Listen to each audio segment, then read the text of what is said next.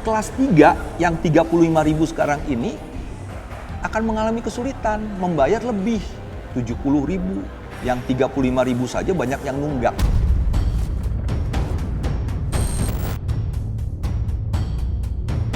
Masyarakat miskin tentu mau nggak mau menjadi beban negara karena harus ada PBI kan, bantuan iuran itu, Mas. Nah, jadi ini hal yang menurut saya akan blunder, banyak hal yang menimbulkan permasalahan-permasalahan baru nantinya.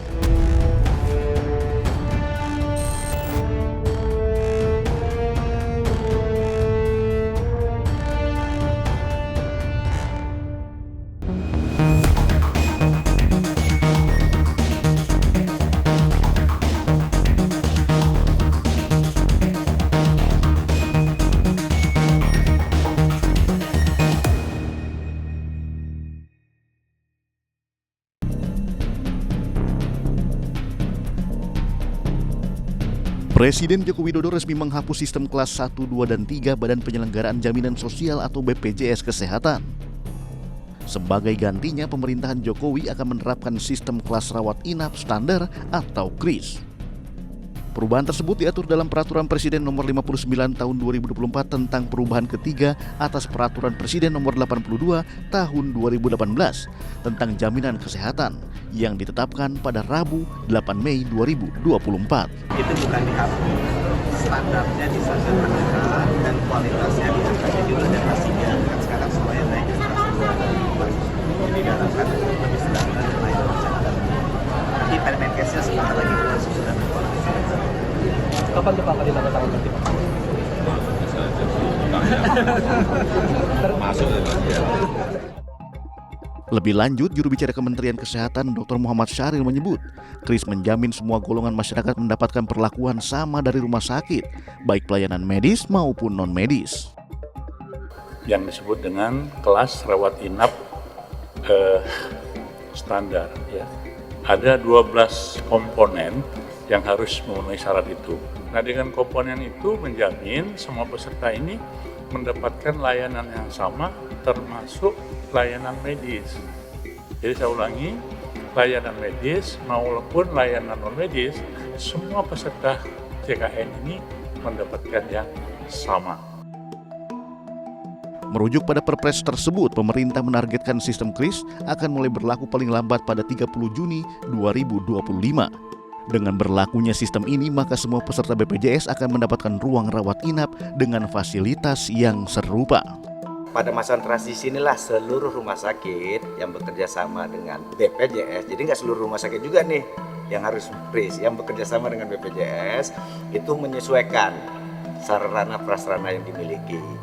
Nanti baru di sini Perpres mengamanatkan kepada pemerintah, dalam ini Menteri Kesehatan ya, BPJS Kesehatan, DJSN nanti, dan Menteri yang menyelenggarakan urusan pemerintahan bidang keuangan, artinya Menteri Keuangan, bersama-sama melakukan evaluasi. Sebelumnya BPJS Kesehatan dikategorikan menjadi kelas 1, 2, dan 3 sesuai fasilitas yang diperoleh. Kategori kelas dalam kepesertaan BPJS Kesehatan adalah istilah yang merujuk pada tingkatan yang bisa dipilih oleh setiap peserta sesuai kemampuan finansialnya.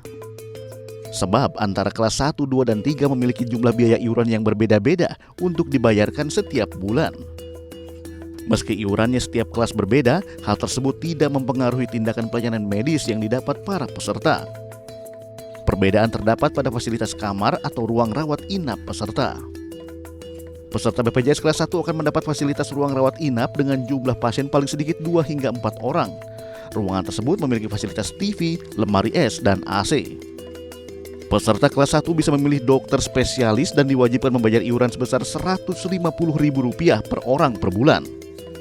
Untuk peserta BPJS kelas 2 akan mendapat fasilitas ruang rawat inap dengan jumlah pasien paling sedikit 3 hingga 5 orang dengan tambahan fasilitas TV dan AC. Peserta juga bisa memilih dokter spesialis dengan iuran wajib sebesar Rp100.000 per orang per bulan.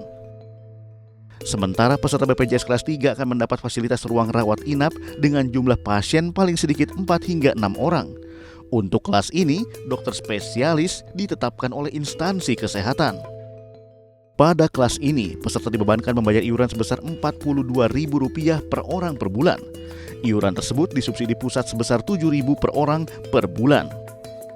Kepala Biro Komunikasi dan Pelayanan Publik Kementerian Kesehatan Siti Nadia Tarmizi menyebut besaran iuran untuk sistem KRIS masih dalam pembahasan dan akan diputuskan sebelum 1 Juli 2025. Kita harus menghitung juga manfaat apa setelah penerapan kelas rawat inap standar ini, nanti benefitnya itu seperti apa. Nanti kita tunggu saja ya, pasti setelah 30 Juni 2025 itu sudah ada kejelasan, karena memang di situ adalah perubahan bahwa tidak ada lagi iuran BPJS berdasarkan kelas ataupun adanya layanan kesehatan berdasarkan kelas di fasilitas pelayanan kesehatan.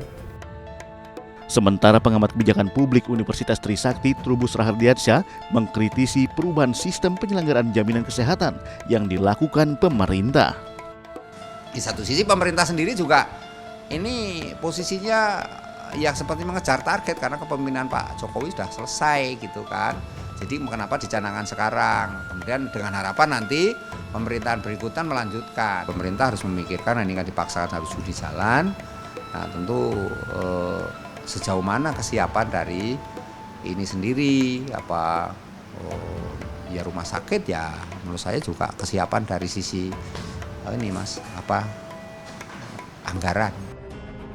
Sementara itu, Timbul Siregar, koordinator BPJS Watch, menyoroti potensi single tarif yang akan muncul. Ia menduga iuran kelas 1 dan 2 bakal turun, sedangkan peserta BPJS Kesehatan kelas 3 akan dipaksa membayar lebih. Terkait dengan pendapatan iuran dan gotong royong.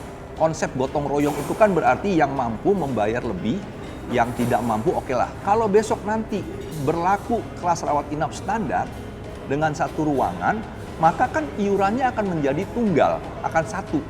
Kan nggak mungkin satu ruangan tetap bayar 150, 100 dan 35, nggak mungkin. Menurut saya tidak tepat, apalagi di atas 150.000. Nah, kalaupun di antara kelas 2 dan kelas 3 misalnya disebutkan 70.000, kelas 1 akan turun bayarnya dari 150 ke 70, misalnya 70 ditetapkannya.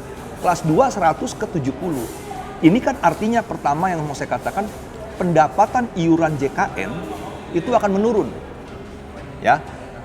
Kedua, kelas 3 yang 35.000 sekarang ini akan mengalami kesulitan membayar lebih. 70.000, yang 35.000 saja banyak yang nunggak.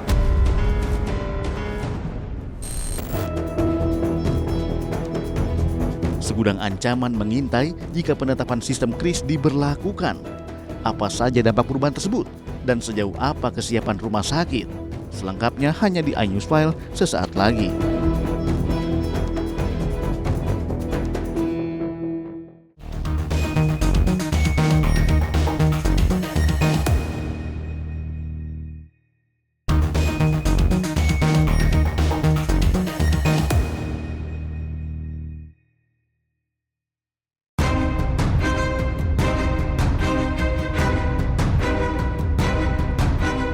Sebanyak 3.060 rumah sakit akan dipersiapkan untuk mensukseskan program sistem kelas rawat inap standar atau KRIS. Baik dari rumah sakit pemerintah maupun rumah sakit swasta yang bekerja sama dengan BPJS Kesehatan. Dengan BLU inilah rumah sakit diharapkan mampu untuk mengatur sendiri tanpa harus dibantu lagi oleh pemerintah pusat. Nah tentu saja sebetulnya rumah sakit daerah, RSUD yang memperlakukan BLUD itu pun sebetulnya seperti itu. Nah tinggal swasta mudah-mudahan bisa menyesuaikan ya kebutuhan ini, karena ini memang amanah dari peraturan yang ada yang tentu saja untuk kepentingan masyarakat luas sebetulnya. Seluruh rumah sakit tersebut diberi waktu 1 tahun untuk mulai berbenah menyiapkan layanan KRIS. Menurut Trubus Rahardiansyah, pengamat kebijakan publik Universitas Trisakti, tenggat waktu yang diberikan kepada rumah sakit untuk menyiapkan layanan KRIS akan sulit diwujudkan. Kalau di Indonesia itu sulit terlaksana, karena apa? Karena di kita ini di samping kesiapan rumah sakitnya juga masih minim, juga dari sisi BPJS sendirinya itu sebagai lembaga yang menanggung biaya itu juga masih belum siap secara keseluruhan. Nah, Di satu sisi lain juga ada masalah di tenaga medisnya sendiri, Mas. Tenaga medisnya juga kita masih terbatas. Ini lain adalah khususnya rumah sakitnya sendiri. Untuk kota besar Jakarta paling juga hanya beberapa rumah sakit yang siap, ya kan. Apalagi kalau rumah sakit daerah, RSUD itu untuk menambah fasilitas itu kan juga sulit, Mas, karena nanti akan tambah fasilitas banyak sekali. Nah, kalau rumah sakit daerah itu sulitnya kan tergantung pada APBD. Ya, kalau rumah sakit di pusat ya sangat tergantung kepada APBN, kan gitu. Sementara ini penerapannya Juni harus sudah diterapkan. Maka yang terjadi adalah apa? Keresahan, kebenturan, konflik di situ. Selain itu, Koordinator BPJS Watch, Timbul Siregar khawatir kebijakan KRIS bisa membuat rumah sakit swasta akan menghentikan kerjasamanya dengan BPJS Kesehatan jika dibiarkan harus menanggung biaya renovasi sendiri untuk memenuhi kriteria KRIS. Terkait dengan kesiapan rumah sakit. Karena kan sekarang 1, 2, 3 kelasnya. Besok 1, misalnya 1 ya. Kan dia harus merenovasi. Kalau merenovasi itu kan perlu dana. Dana itu bagi rumah sakit kan belum tentu juga tersedia dalam 1 tahun ke depan. Sehingga kami khawatir ketidaksiapan rumah sakit merenovasi ruang perawatan kelas 1, kelas 2, kelas 3 menjadi KRIS. Ini kan yang mengakibatkan nanti mungkin 2026 tidak bekerja sama lagi. Kalau nggak bekerja sama, kan artinya rumah sakit itu akan mengalami kerugian. Peserta yang tadinya bisa ke rumah sakit itu sekarang nggak boleh lagi. Nanti nggak boleh lagi. Karena apa? Dia tidak melayani peserta JKN. Dia akan cari rumah sakit lainnya. Nah, artinya aksesnya si peserta akan semakin berkurang. Akses kepada ruang perawatan. Karena rumah sakit itu tidak kerjasama, karena belum siap dan sebagainya.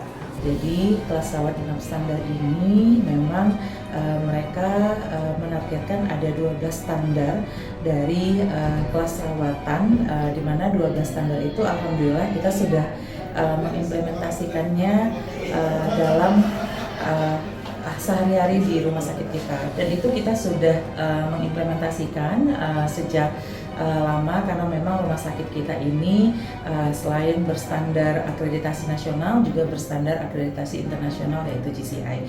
Jadi sih sebenarnya sejak kita ditunjuk itu tidak ada perubahan berarti, kendala secara garis besar tidak ada. Jadi dahulu sebelum implementasi KRIS kita ada 228 tempat tidur. Dalam sistem KRIS, semua peserta berhak mendapatkan ruang perawatan yang sama dengan standar yang telah diatur pemerintah. Kriteria ruang perawatan termuat dalam pasal 46A Perpres 59 tahun 2024. Setidaknya fasilitas KRIS memiliki 12 syarat yang meliputi komponen bangunan yang digunakan tidak memiliki tingkat porositas yang tinggi. Ventilasi udara memenuhi pertukaran udara pada ruang perawatan biasa minimal 6 kali pergantian udara per jam. Pencahayaan ruangan buatan mengikuti kriteria standar 250 lux untuk penerangan dan 50 lux untuk pencahayaan tidur. Kelengkapan tempat tidur berupa adanya 2 kotak kontak dan nurse call pada setiap tempat tidur. Adanya nakas per tempat tidur.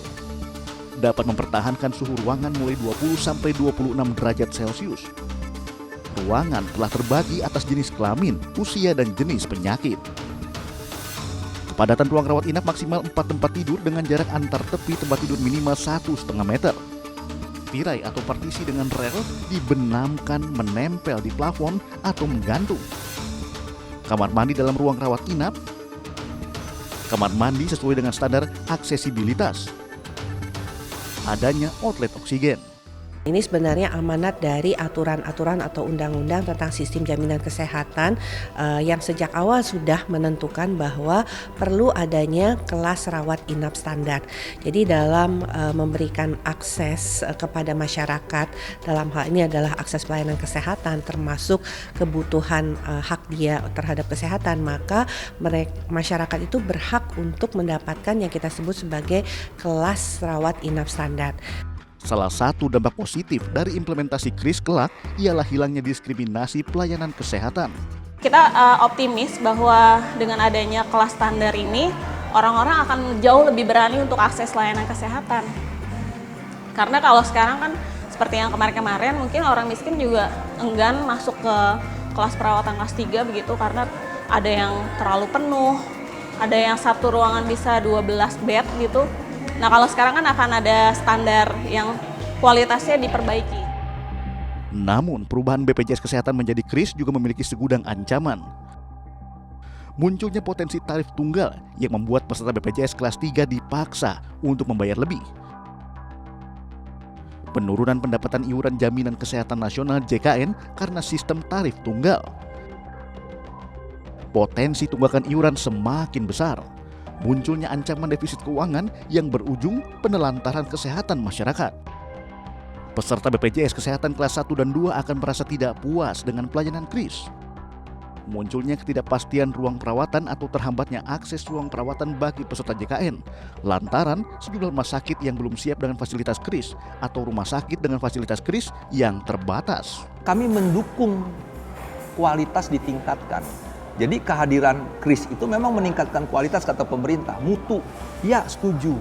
Cuma kalau dia ditingkatkan lalu aksesnya sulit, ini kan menjadi masalah.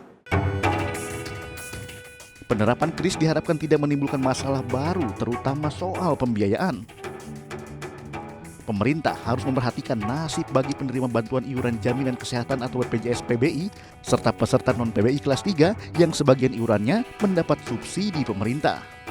Yang kelas 3 kan mau dihapus, Mas. Kalau dihapus, iurannya juga mau dihapus, mau nggak mau harus berapa itu iuran yang ini kan. Nah, apakah negara mampu mengcover untuk kategori masyarakat MBR berpenghasilan rendah atau kategori DTKS, data kesejahteraan sosial itu. Masyarakat miskin tentu mau nggak mau menjadi beban negara karena harus ada PBI kan, bantuan iuran itu, Mas. Nah, jadi ini hal yang menurut saya akan blunder banyak hal yang menimbulkan permasalahan-permasalahan baru nanti. Penerapan KRIS untuk menggantikan BPJS Kesehatan menimbulkan pro kontra di kalangan masyarakat, termasuk kekhawatiran soal defisit anggaran. Selengkapnya hanya di iNews File sesaat lagi.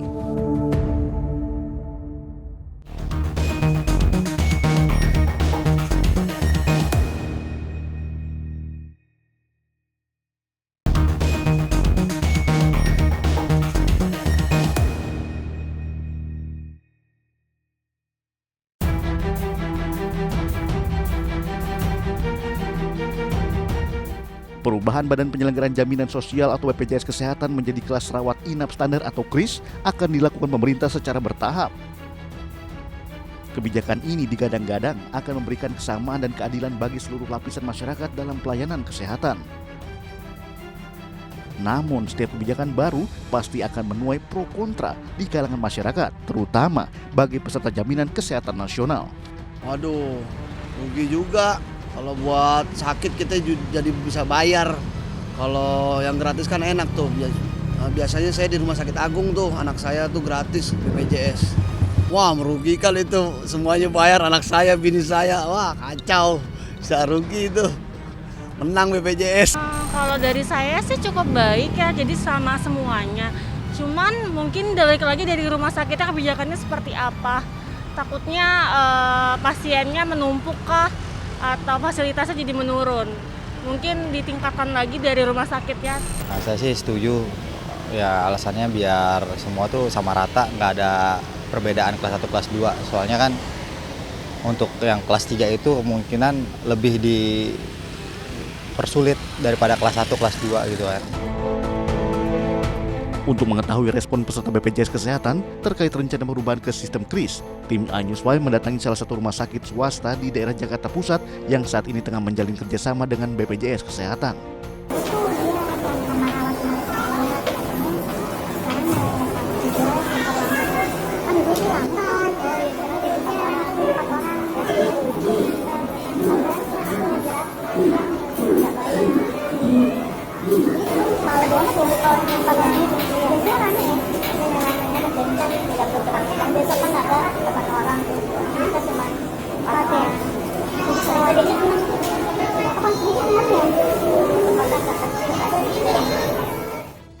Salah satu keluarga pasien menceritakan bahwa setelah menjalani perawatan selama 3 hari, pasien harus rela dipulangkan.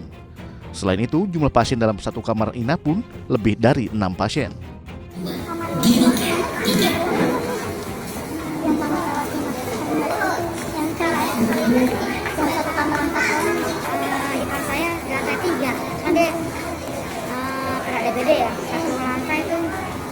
pasien itu masih banyak di sini. Ada yang 3 hari udah bisa pulang. Ini BPJS ya? Iya. Maaf kelas berapa? Ya itu nggak pakai kelas. Iya. Oh jadi sekarang udah 4 yang kamar 4 ini sekarang udah berapa sih? Apa sekat anak hordeng? Tapi cuma 4 orang dalamnya. Lebih. Depan belakang bisa ada 8. Lebih jauh, Koordinator BPJS Watch menilai menyamaratakan kelas rawat inap sejatinya bukanlah solusi yang tepat untuk memperbaiki layanan kesehatan di Indonesia. Yang kita usulkan adalah kelas 1 distandarkan. Misalnya kelas 1 2 tempat tidur, kelas 2 3 tempat tidur, kelas 3 4 tempat tidur. Jadi tetap ada kelas 1, kelas 2, kelas 3, tapi kelasnya ini distandarkan. Sehingga tadi yang saya sampaikan, tidak ada lagi kelas 3 itu yang 8 tempat tidur, 10 tempat tidur gitu.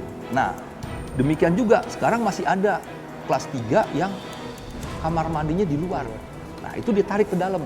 Nah, ini kan yang memang bisa menjadi alternatif sehingga gotong royong itu tetap ada. Yang mampu 150, yang setengah mampu 100, yang memang kurang mampu ya 35.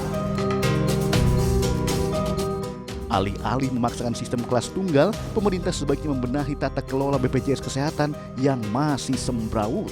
Di saat ini saja ya, ada pasien-pasien yang nyari ruang perawatan IGD saja susah.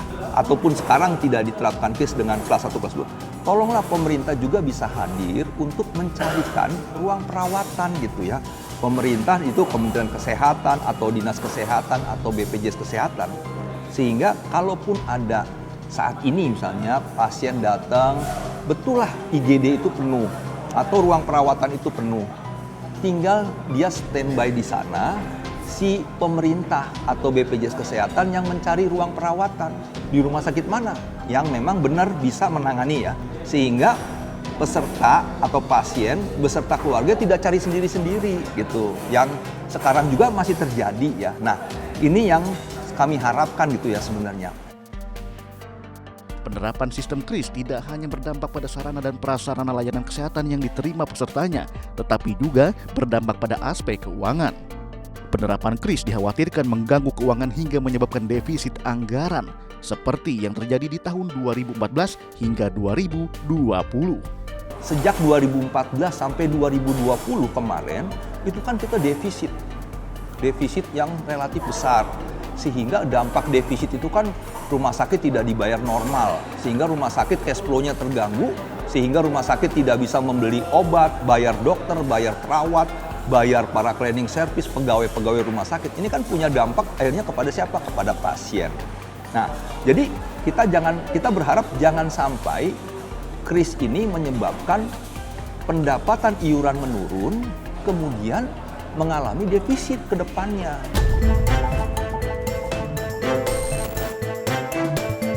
Pemerintah harus bijak dalam menetapkan anggaran dan regulasi KRIS agar proses implementasi layanan tersebut tidak menambah beban bagi para peserta JKN.